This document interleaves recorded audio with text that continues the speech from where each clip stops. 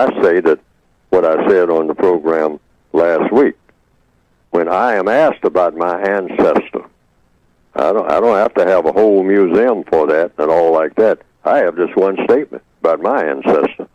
My ancestor invented breathing. That's the way the code tells me to capsulize.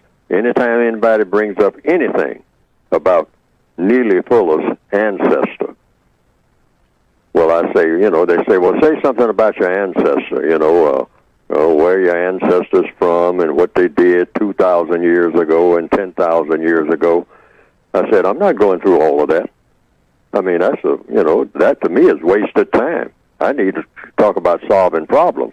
But since you brought it up, I will tell the person, since you tell the person that brought it up, I will say, well, sir, since you brought it up about my ancestor, or what do I have to say about my ancestry, or whether or not I should get a test to find out, what type of blood is in my veins.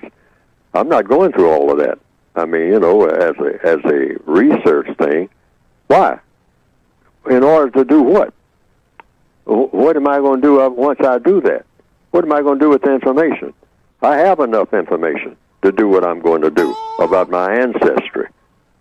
And that is, my ancestor, or ancestors, if you want to make it plural. Because some people say that the creators of the universe, creator of the universe, if they want to put it in that context, I say my ancestor invented breathing. That's all I need to know about my ancestor. If you're just talking about ancestry, where did I come from? Where was my origin? I originated before the beginning of time. So it comes down to, when did time originate? Okay? If you're talking about Neely Fuller's ancestor or ancestry, when did time originate? In other words, what was it like before time ever existed? That's my origin. That's my ancestry. And if you start talking about what my ancestor did, I don't have to go and take out 10,000 history books and say, well, I found one of my ancestors and he helped to invent shoes. Or I found one of my ancestors and she helped to invent the concept of a lemon pie. All right? And then I look around and look for approval. I want somebody to approve of me on account of I have an ancestor that invented lemon pie 40,000 years ago. All right? And I look around and say, now, don't you approve of me now? Don't you feel, that I had an ancestor that accomplished something? My ancestor invented breathing, and I got evidence of that. Why? I'm breathing. And I'm breathing when I'm asleep.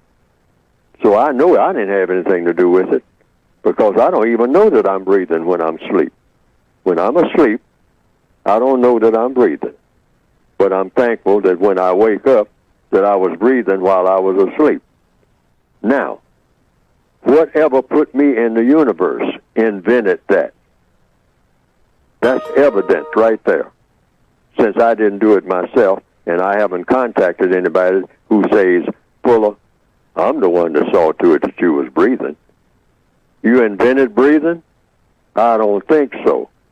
If you tell me that, I'm not going to believe you. I'm going to tell you that right now, because there were people before you that were breathing. So you didn't invent breathing. But my ancestor invented breathing. That's all I have to say about my ancestry. Now, we can go on and start talking about something else, like getting rid of white supremacy. See, I don't let nothing get in the way of that. So I figured out the white supremacists have a lot to do with, say, well, Fuller, I can show you some respect if you can show me where your ancestor did anything that is noteworthy. I say, oh, that's simple. My ancestor invented breathing.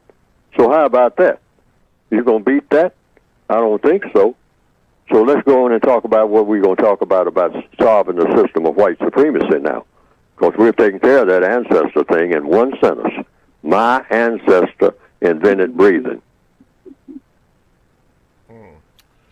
That's black history. That's black history. Okay. Yeah, the whole thing in one sentence, 4 words.